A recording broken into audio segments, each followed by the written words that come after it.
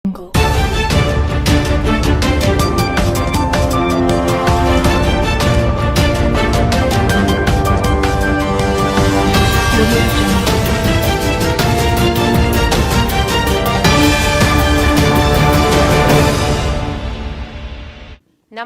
నా పేరు అనురాధ. వైఎస్ఆర్ టీవీ వార్తలకు స్వాగతం. ముందుగా ఈనాటి ముఖ్యాంశాలు. మరో ఎన్నికల హామీని నెరవేర్చిన AP CM Jagan. CM Jagan నిర్వహించిన వీడియో కాన్ఫరెన్స్ లో పాల్గొన్న మంత్రి మాలగుండ్ల శంకర్ నారాయణ, కలెక్టర్ గంధం చంద్రుడు. జర్నలిస్టుల సమస్యలు పరిష్కరించాలని మంత్రి శంకర్ నారాయణకు వినతి పత్రం సమర్పించిన ఏపీడబ్ల్యూజేఎఫ్ నాయకులు. గుంతకల్ పట్టణంలో భగత్ సింగ్ 113వ జయంతిని ఘనంగా నిర్వహించిన విద్యార్థి సంఘాల నాయకులు.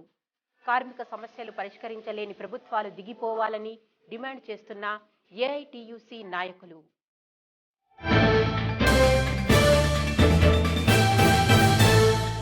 వైఎస్ఆర్ జలకళ పథకాన్ని ముఖ్యమంత్రి వైఎస్ జగన్మోహన్ రెడ్డి క్యాంపు కార్యాలయం నుంచి ప్రారంభించారు. ఈ పథకం ద్వారా రాష్ట్ర వ్యాప్తంగా 3 లక్షల మంది రైతులకు ఉచితంగా వ్యవసాయ బోర్లు వేయనున్నారు. వైఎస్ఆర్ జలకళ కోసం ప్రభుత్వం 2,340 కోట్ల రూపాయలు ఖర్చు చేయబోతోంది. 5 లక్షల ఎకరాలకు ఉచిత బోర్ల ద్వారా సాగునీరు అందించనుంది. ఈ సందర్భంగా సీఎం వైఎస్ జగన్మోహన్ రెడ్డి మాట్లాడుతూ రైతు కోసం మరో అడుగు ముందుకు వేశామన్నారు. రాష్ట్రంలోని రైతుల అభివృద్ధి కోసం ప్రభుత్వం ఎన్నో పథకాలను అమలు చేస్తోందని పేర్కొన్నారు. పారదర్శకత కోసం ప్రత్యేకంగా సాఫ్ట్వేర్ అందుబాటులోకి తీసుకొస్తామన్నారు. దరఖాస్తు నుంచి బోర్ డ్రిల్లింగ్ వరకు ఎప్పటికప్పుడు రైతుకు సమాచారం అందుబాటులో ఉండే విధంగా దీనిని రూపొందిస్తామని తెలిపారు. ఎన్నికల మేనిఫెస్టోలో మనం చెప్పింది బోర్లు వేయిస్తాము అని చెప్పాం.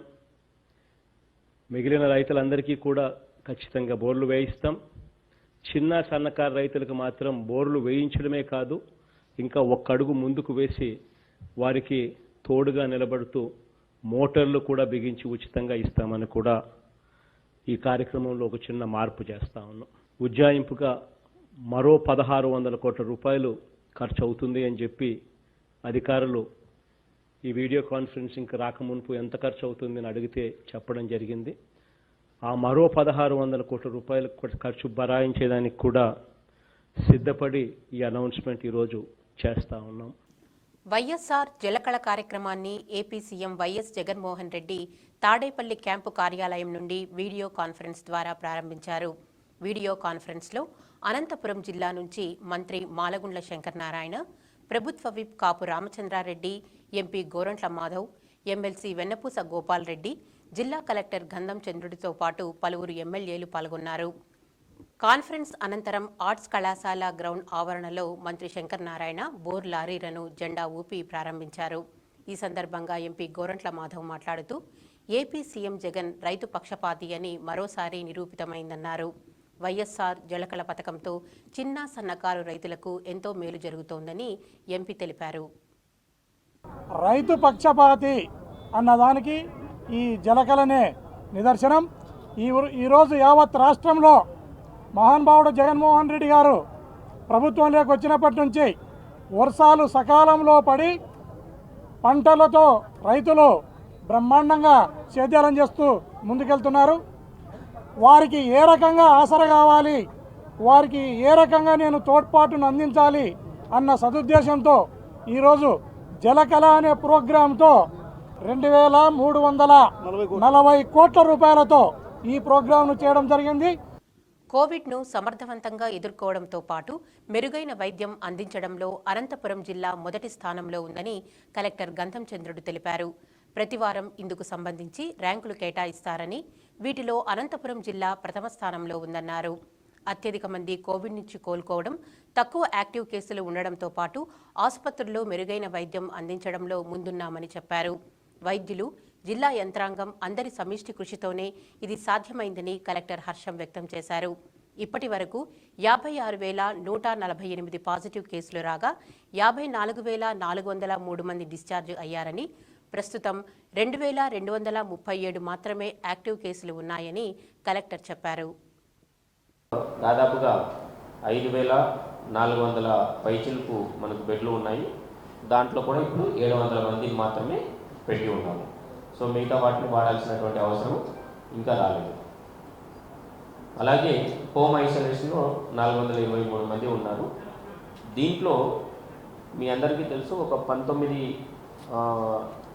19 పాయింట్స్లో కేటగిరీస్లో ర్యాంకింగ్స్ అన్నది ఇవ్వడం జరుగుతూ ఉంది. కోవిడ్ కేర్ సెంటర్స్లో, అలాగే హాస్పిటల్స్, అలాగే హోమ్ ఐసోలేషన్లో ఉన్న వారి నుండి కూడా, ప్రజల నుండి, ఆ పాజిటివ్ పర్సన్స్ నుండి కూడా ఫీడ్బ్యాక్ తీసుకొని వేరియస్ పారామీటర్స్ ద్వారా ర్యాంకింగ్స్ అన్నవి ఇస్తూ ఉన్నారు.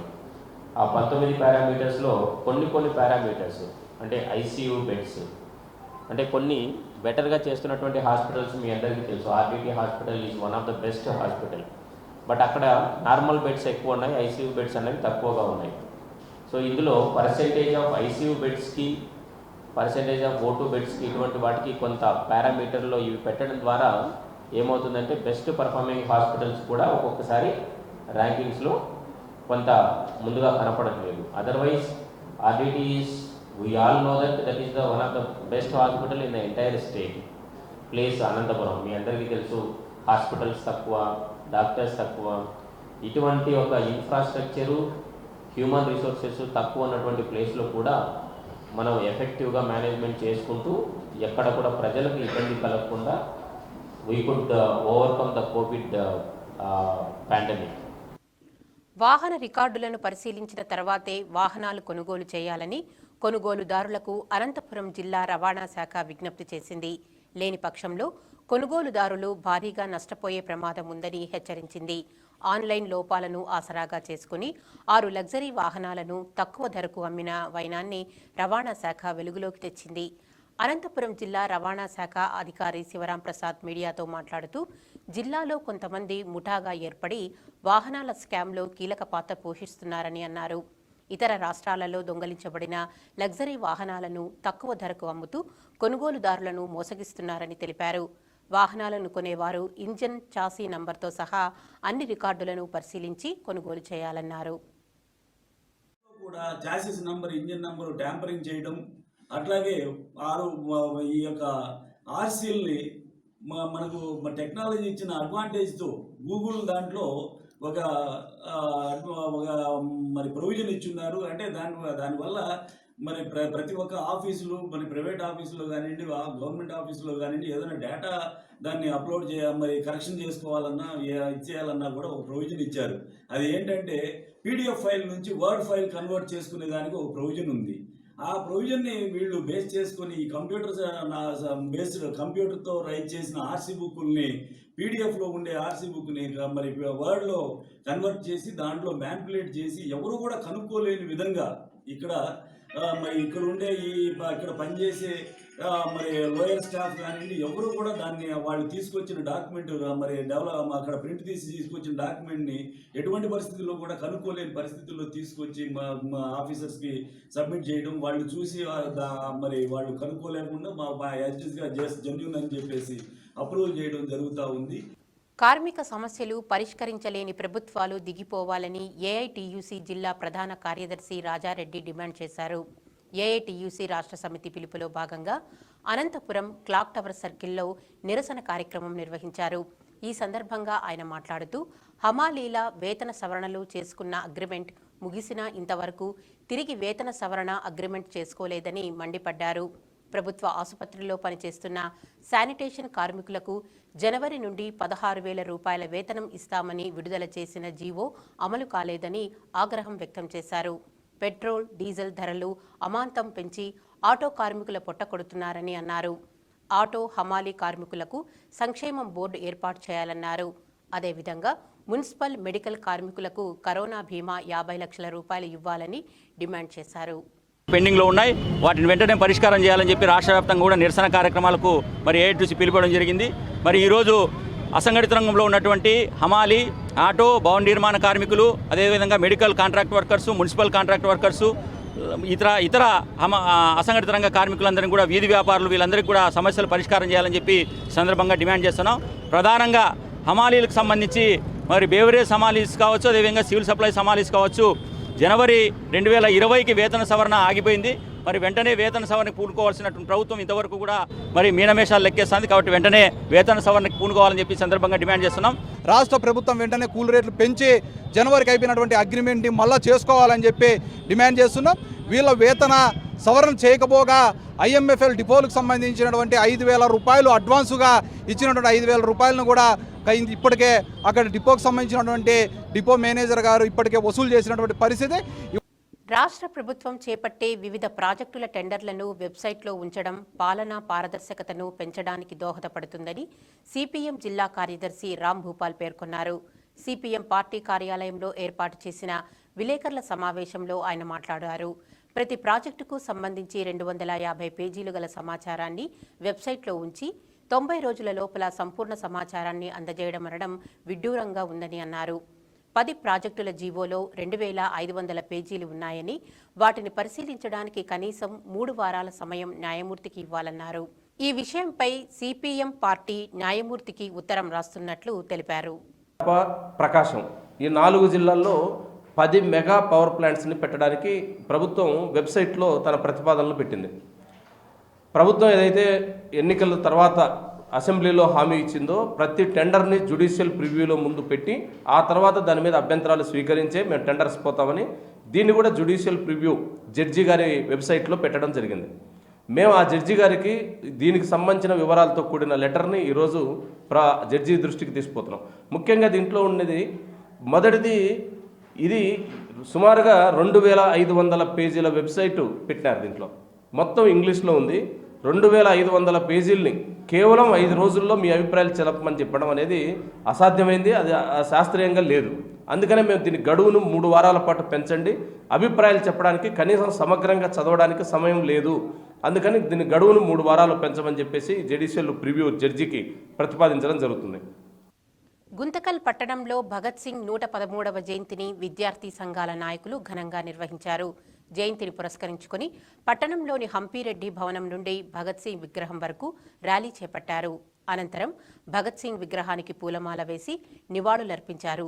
విగ్రహం వద్ద కేక్ కటింగ్ చేసి భగత్ సింగ్ స్ఫూర్తితో అనురాగ వృద్ధాశ్రమంలో బ్రెడ్, స్వీట్, ఫ్రూట్స్ పంపిణీ చేశారు. ఈ సందర్భంగా విద్యార్థి సంఘాల నాయకులు మాట్లాడుతూ స్వాతంత్ర పోరాటంలో దేశం కోసం తృణప్రాయంగా ప్రాణాలర్పించిన త్యాగశీలి అని, విప్లవానికి మరో పేరు భగత్ సింగ్ అని కొనియాడారు. అటువంటి విప్లవ నేత జయంతిని పురస్కరించుకొని పాలకుల వినాశకార విధానాలపై గళం విప్పేందుకు యువత నడుం బిగించాలని పిలుపునిచ్చారు. ప్రజల్లోకి వెళ్ళాలని చెప్పి, అదేవిధంగా ఆయన ఆశయాలు ప్రజలకు వెళ్ళాలని చెప్పి ఆ రోజు వారి మీద ఏ హాని కలుపుదని చెప్పి ఒక బాంబులతో ఆయన దాడులు చేశారు. కానీ ఏ ప్రాణిక హాని కలగకుండా చేసి ఆనాడు తప్పించుకునే అవకాశం ఉన్నా కానీ వెళ్ళకుండా అక్కడే పోలీసులకు సరెండర్ అయిన పరిస్థితిని భగత్ సింగ్ గారు. అలాంటప్పుడు ఉరిశిక్షగానే ఆయన ప్రభుత్వం ఉరిశిక్షగానే విధిస్తే ఆ ఉరిశిక్షగానే రద్దు చేసేది ఉన్నా కానీ ఆయన దాన్ని వద్దని చెప్పుకొని చాలా గర్వంగా చెప్తున్నాడు.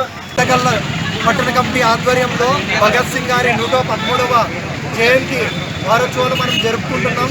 మరి ఈరోజు ఎందుకు జరుపుకోవాల్సిన ఆవశ్యకత ఏర్పడిందంటే, నాటి సామ్రాజ్యవాదం, మతోన్మాదం చీకట్లు అలుముకుంటున్న వేళ మరి ఆ రోజు తెల్ల దొరల పాలిట సింహస్వప్నమై పోరాడిన వ్యక్తి భగత్ సింగ్ గారు. ఈ భగత్ సింగ్ గారి ఆశయాలను జరుపుకోవాలి.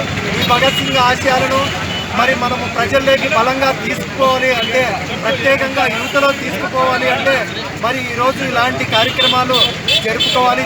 అనంతపురం జిల్లాలో జర్నలిస్టు సమస్యలు పరిష్కరించాలని రోడ్లు భవనాల శాఖ మంత్రి శంకర్ నారాయణకు ఏపీడబ్ల్యూజేఎఫ్ జిల్లా అధ్యక్షులు ఏ షఫీవుల్లా వినతిపత్రం సమర్పించారు.